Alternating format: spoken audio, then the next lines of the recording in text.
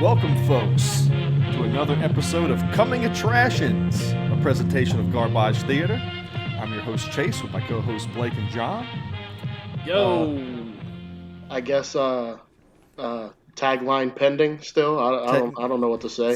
Son of a bitch, we should have talked about that. No, we did not. we dropped the ball again, folks. Another plop. Son of a bitch. Maybe that'll just be the running theme. Maybe. It's not to argue about what it should be at the beginning. Yeah. Well, this week we will be watching Swamp Ape, Blake's pick for Garbage Theater. But tonight, me and John get to throw out our stakes for the contest. Oh, man. I'm excited. I'm excited again. I'm excited, too, because y'all usually find, like, hidden gems that I either don't have the ability to find or I'm too lazy to find.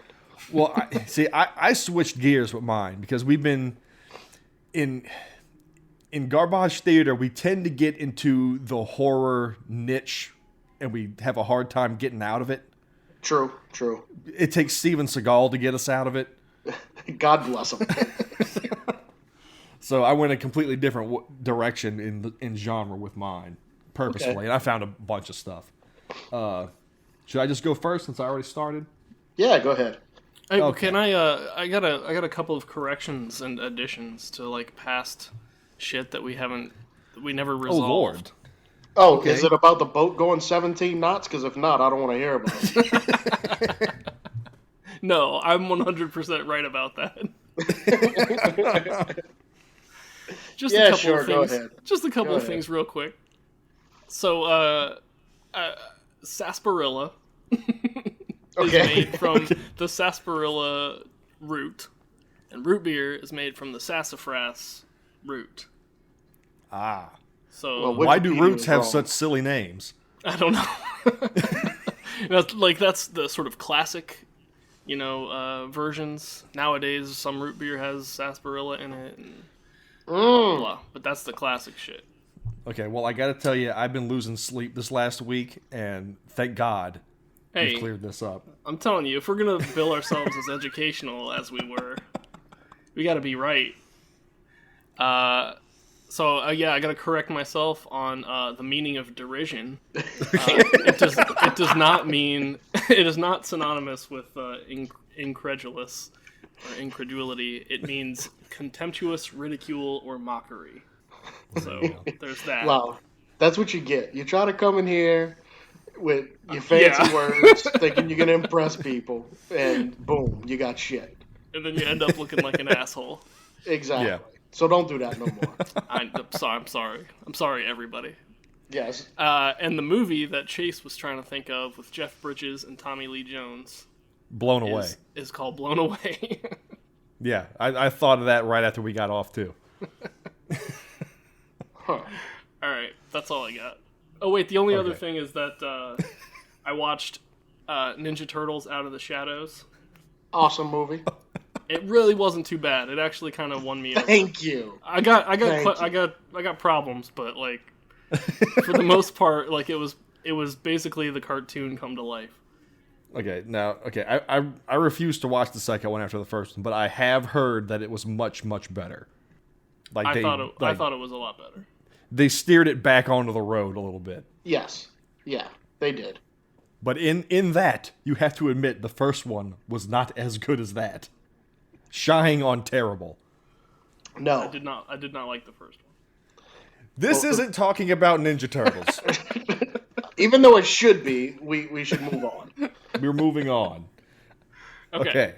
Go ahead. My pick for Coming Attractions is a little... so I started looking, and I was looking at things connected to Swamp Ape and, the things that we usually do. And I said, no. I'm just seeing more of the same stuff that we always watch. I want to go in a different direction. So I started looking for, like, Dirty Harry-esque, old cop exploitation movies. Okay. and I found a treasure trove of stuff. Mostly foreign. Mostly Italian. Oh, Jesus. Oh, yeah.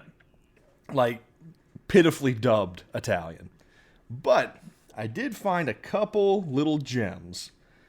One particular that when I watched the trailer, there's no way I wasn't picking this. From 1986.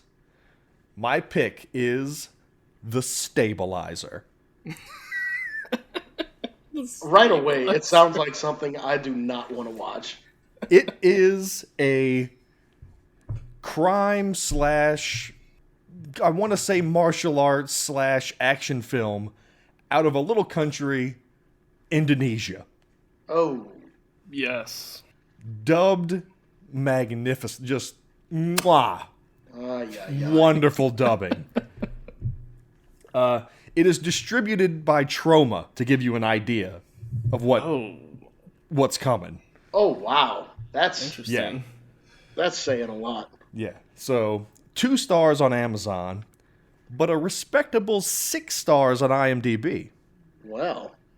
So people like it, but they're liking it for the wrong reasons, believe me. I think you looked up the wrong IMDb then. You look up the Indonesian movie database. Yeah. And that's probably why it was. It's huge in Indonesia. Right. Yeah. Well, these movies kind of are. First, let me get the tagline out for The Stabilizer. In a world out of whack, he whacks back. What? I see nothing wrong with this so far. So, then there's a sub tagline, The Drunken Master's Grand Theft Auto. And I don't know what that means. That's nonsense. But this was before, like, Grand Theft Auto. Oh, yeah. And it was also 86. before Drunken Master at 86, you said? Well, was it before Grand Theft Auto? When did Grand Theft Auto come out? Not in the 80s. No, the movie Grand Theft Auto. Oh, well, that don't count. Regardless. It was directed by Aerosol. One name, one word. Who is a famed Indonesian action director who in his prime pumped out 6 to 7 movies a year. Jesus Christ. Yeah. Starring Peter O'Brien. That doesn't sound Indonesian at all. No, a New Zealand-born man. Not to be confused with the actor Peter O'Brien from Australia. There's lots of O'Briens out of that area down there. Peter O'Brien out of New Zealand worked in Indonesia teaching English and somehow got, mixed up in making action movies. Well, they're probably we need somebody who speaks English. Such other Indonesian action movies as American Hunter. Oh, no. The Intruder, which is the Indonesian Rambo. Oh. In which he plays a character named Rambo. Oh, shit. I think I've heard of that movie, actually. Yeah. Shut up. I'm serious. Angel of Fury, Jungle Heat, and Crocodile Cage. I watched a movie called Jungle Heat, but it was not an Indonesian action movie. Okay, so let me run down the synopsis. Peter Goldston, a.k.a. the Stabilizer, searches for a drug smuggler, Greg Rainmaker. Rainmaker killed Goldston's fiancée by kicking her with her spiked shoes, and now Goldston wants revenge.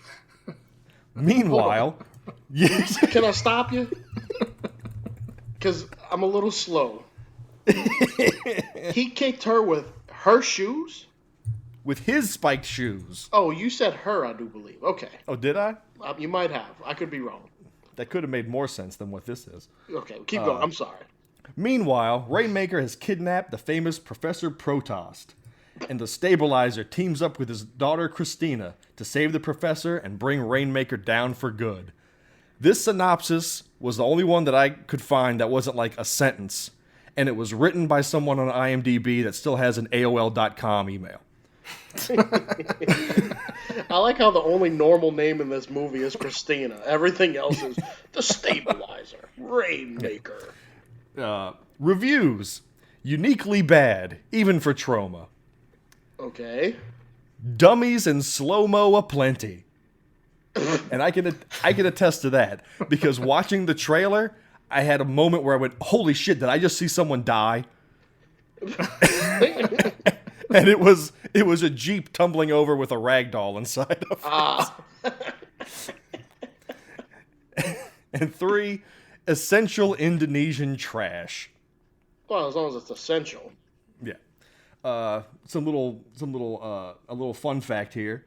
While filming The Intruder, Peter O'Brien actually took a severe blow to the sternum during a fight scene. And when asked if he was in pain, he responded, "Pain is just weakness leaving the body." He coined that phrase. Wow, I thought Randy Couture came up with that. So there you go. All those guys in those No Fear shirts with the sleeves ripped off, with that written on it in scraggly font, you've got this guy to thank for it. They have no idea.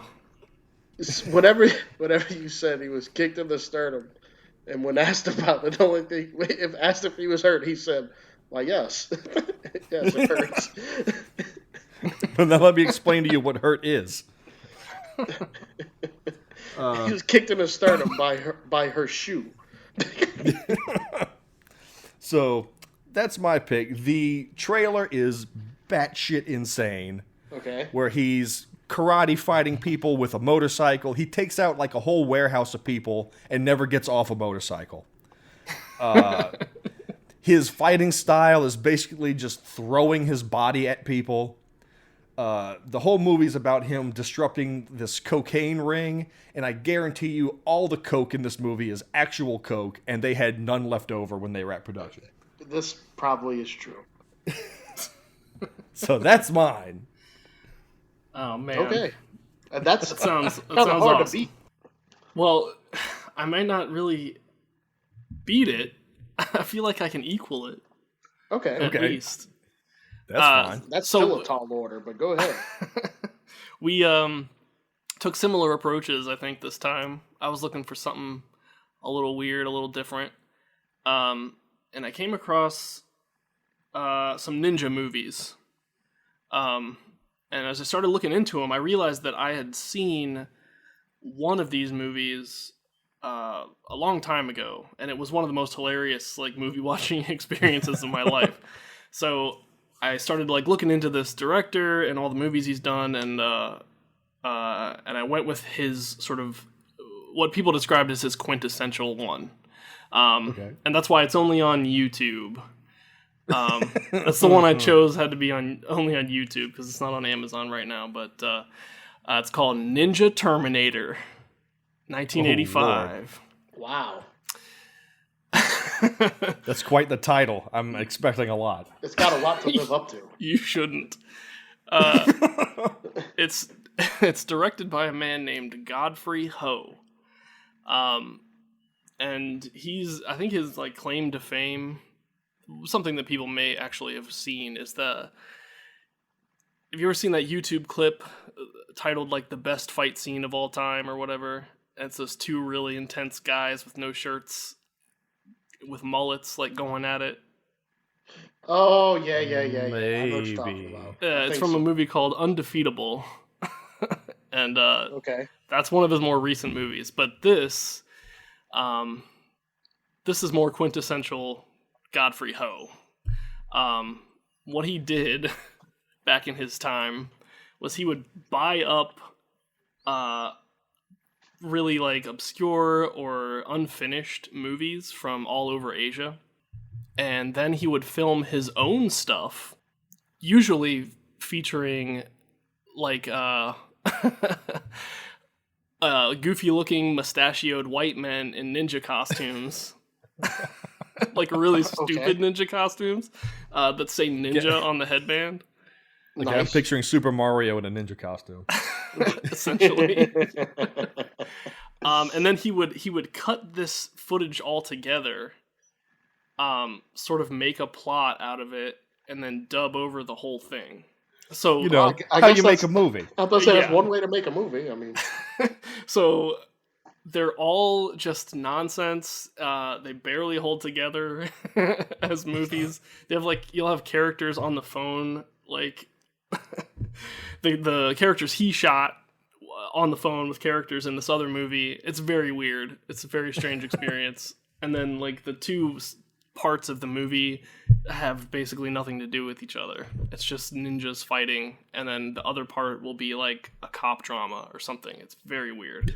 That's weird. But it's amazing. It's also amazing. He has on IMDb 136 directorial credits. Wow. Jesus. 31 of them were in 1988 alone. Oh, God. That puts my guy to shame.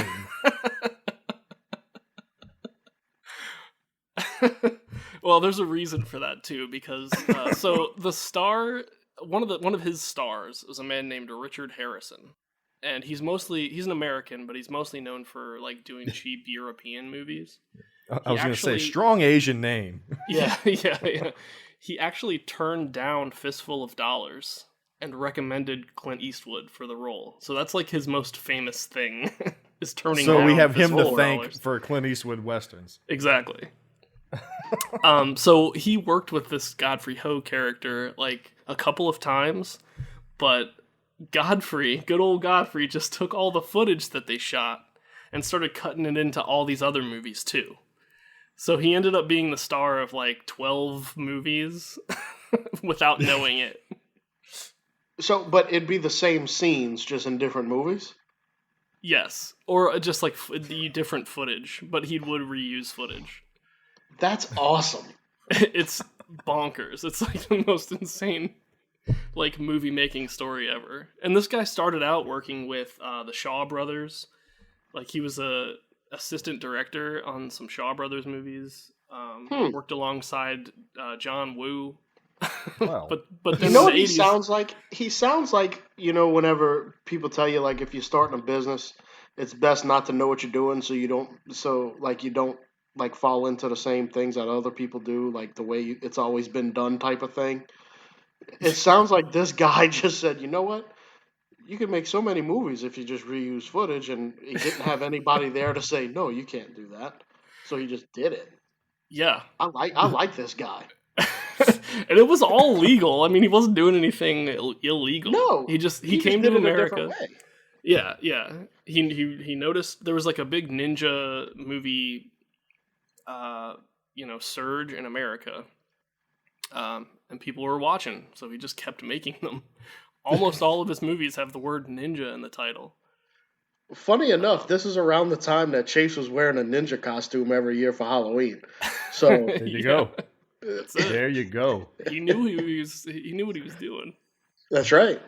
So I want to say 85 to 90 was strictly Ninja Halloween. Yeah, I know. I'm aware. He directed under a lot of pseudonyms for some reason. He has over 40 different pseudonyms that have been attributed to him. That's 40. impressive all on its own. It's so weird. He's an incredible character. Who is this weirdo? Because as we found out last week, even Bigfoot only has 3 or 4. Right. So yeah, that ended up ruining Richard Harrison's career. He retired because these movies ruined his reputation. Poor bastard. So this kind of like my last pick kind of enters that realm of cult status where the reviews don't, they're all weird. Yeah. It's got high scores all over the place, but it's total trash. Right. So the tagline for Ninja Terminator is when the 3 ninjas fight, only one will survive. All right. So Well, we know there's 3 reviews- ninjas, spoiler alert. there's 3 ninjas. And then a whole bunch of 3 white ninjas, and then a whole bunch of Asian people doing other stuff. So 100% of the ninjas are not Asian. Correct. Actually, no. One of them is. I'm sorry. I think I know who's gonna win.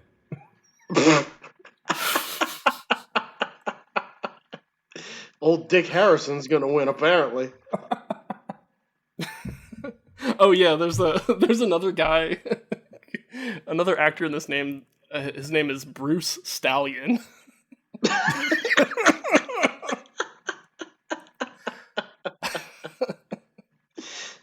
Oh man. But the weird thing, like Sho Kosugi, who's like, he did like Revenge of the Ninja, like he's got a trilogy of legit ninja movies from the 80s, and he's credited in this too sometimes, but like not all the time. It's very weird. And Bruce Stallion's he's not credited all the time either. So I don't know what's going on. I don't think anybody does. Nobody knows. Okay, so a couple of reviews I found. What the hell was that? Oh, the only good movie I ever seen. I don't think English is this person's first language. Right. Pure entertainment, start to finish, even if it is a piece of shit film. And finally, quite possibly one of the best films ever about ninjas that has Richard Harrison in it. I don't know, man. I'm kind of excited to see a ninja movie. I know. Like I said, I don't think anyone's gonna lose No, this time. no. We're gonna watch something amazing. Because it's been a while since I watched me a good ninja movie. Oh yeah. Apparently, it'll still after be you- a while, even if you win. But... Yeah, exactly. I have to say, we're with last week and this week, we're picking some movies that I might consider watching in my spare time, regardless. I haven't hit that point yet, but Yeah, no, I mean, like I said, I really enjoyed the other one of this guy's movies I watched was phenomenally funny. So I'm really excited about this. Okay. That sounds good. All right, two strong entries have Yes. been laid out on the table for this week. John and I will be going head to head. Blake will be moderating. Swamp Ape, the 56-minute long epic. yes. When done right, things don't need to take an hour and a half. Oh yeah. There's a supercut of the Godfather trilogy that's only 45 minutes. It's breathtaking. Exactly. Okay.